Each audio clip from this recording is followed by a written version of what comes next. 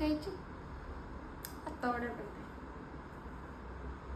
पावभाजी नाही, पावभाजीसाठीचे पाव मी आता ऑर्डर केले आहेत. आता येतील ते 10 मिनिटात आणि मग पावभाजी बनवायला चालू करूया.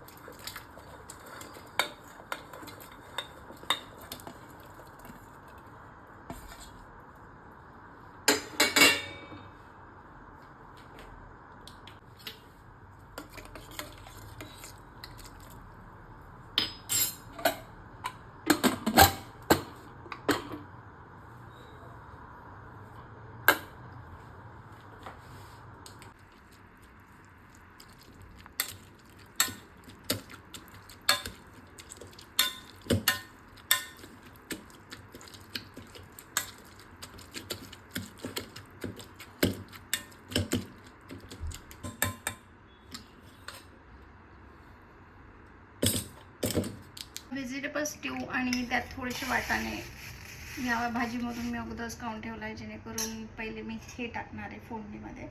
छान तर्री येते त्यामुळे. सो मी आता अगोदर फोडणी मी तूप आणि तेल असं मिक्स करून टाकणार आहे, कारण की पावभाजीला टेस्ट छान आहे.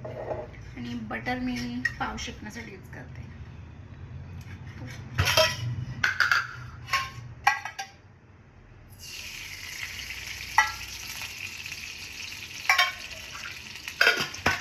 खाण्याचं तेल आहे. मी सगळे तेल यूज करते, म्हणजे माझ्याकडे भरपूर साऱ्या बॉटल्स आहेत तेलच्या.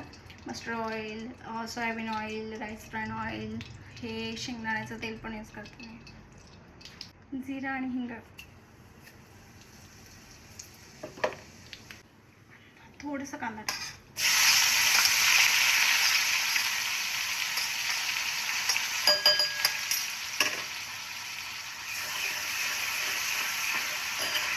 चटणी, हळद आणि पावभाजी मसाला मी एकत्र करून घेतला आणि आता एक टाकते.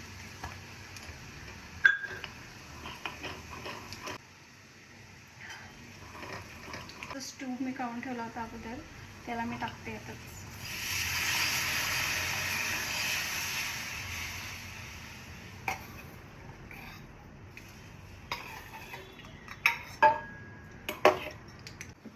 आता शिजवलेल्या सगळ्या भाज्या मी टाकून देते.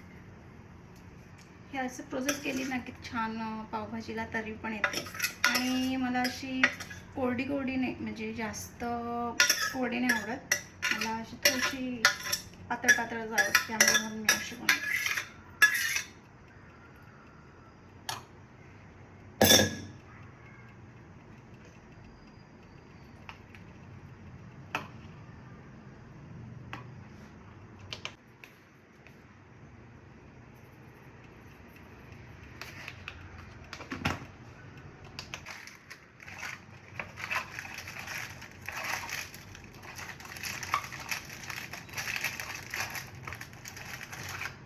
वरून थोडंसं पावभाजी मसाला आणि कोथिंबीर टाका.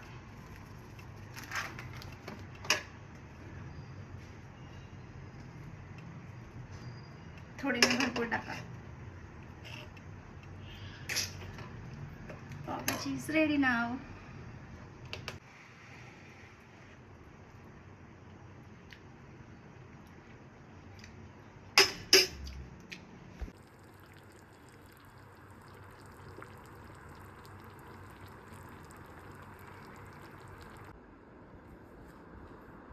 थोडी भूक लागली ना तर मला कांदा पण कापायची इच्छा नाही, मी डायरेक्ट खाते.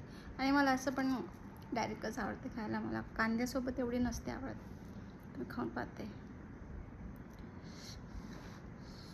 पण मी पावभाजी खूप जास्त खाते, पाव कमी आणि पावभाजी जास्त, म्हणून मी चम्मच पण ठेवला सोबत. गरम आहे खूप.